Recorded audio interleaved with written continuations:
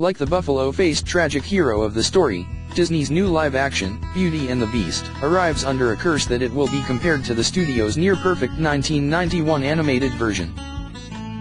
How could one not compare them? Director Bill Condon, Dreamgirls, the last two Twilight movies, uses Linda Woolverton's 1991 script as its backbone, maintains the supporting gallery of enchanted objects, has everyone sing those wonderful Howard Ashman/Alan Menken songs, and cribs most of the visual and emotional cues. Even Belle's dresses are the same colors.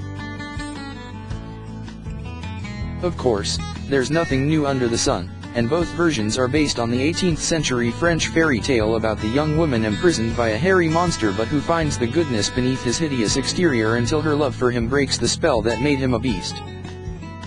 As Condon's movie begins, there are small but significant differences from the 1991 movie. The opening fleshes out the story of how the spoiled prince, Dan Stevens, mocked an old beggar woman who, he learned too late, is an enchantress, Hattie Morahan, who cast the spell on him and his servants. Then we meet the fair Belle, Emma Watson, the bookworm who is misunderstood by the residents of this poor provincial town. Watson's Belle is not just a romance novel fan but an inventor, like her father, Maurice, Kevin Kline, and shocks the townsfolk when she suggests little girls should learn to read. When Maurice stumbles upon the Beast's castle, Belle rides to rescue him, sacrificing herself to become the Beast's prisoner in her father's place.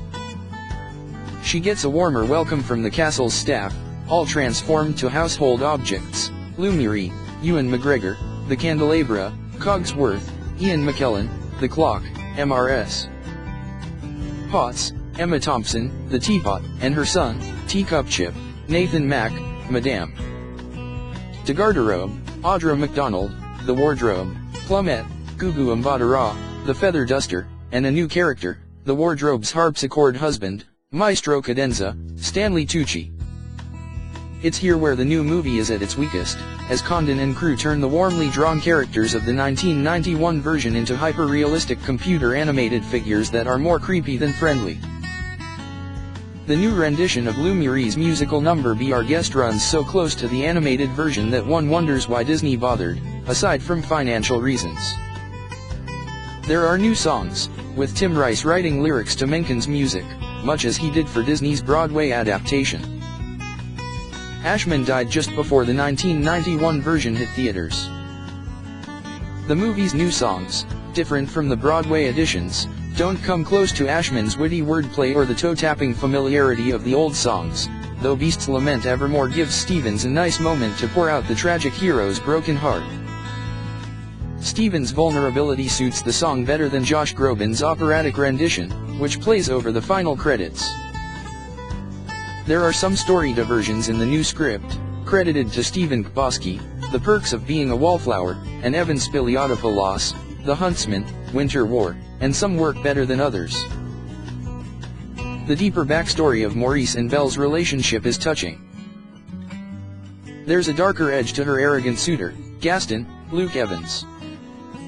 And Josh Gad, who voiced Olaf in Frozen, makes comic hay out of the sycophancy of Gaston's sidekick Elifu. The suggestion of Elifu being gay for Gaston has generated a lot of pre-release controversy, which seems silly once you watch the movie. The homoerotic subtext is slight, conveyed mostly in Gad's performance of the song Gaston and the sly twist he puts on a lyric like, "You can ask any Tom, Dick, or Stanley, and they'll tell you whose team they'd prefer to be on." What makes this, Beauty and the Beast, worth watching is to see Emma Watson, miles beyond her Hermione Granger years, blossom as a mature leading lady. Watson reveals a fair singing voice stronger than Emma Stone's in La La Land, a movie Watson turned down to do this while also showing the plucky charm, grace, and intelligence of the most peculiar mademoiselle who learns to love a beast.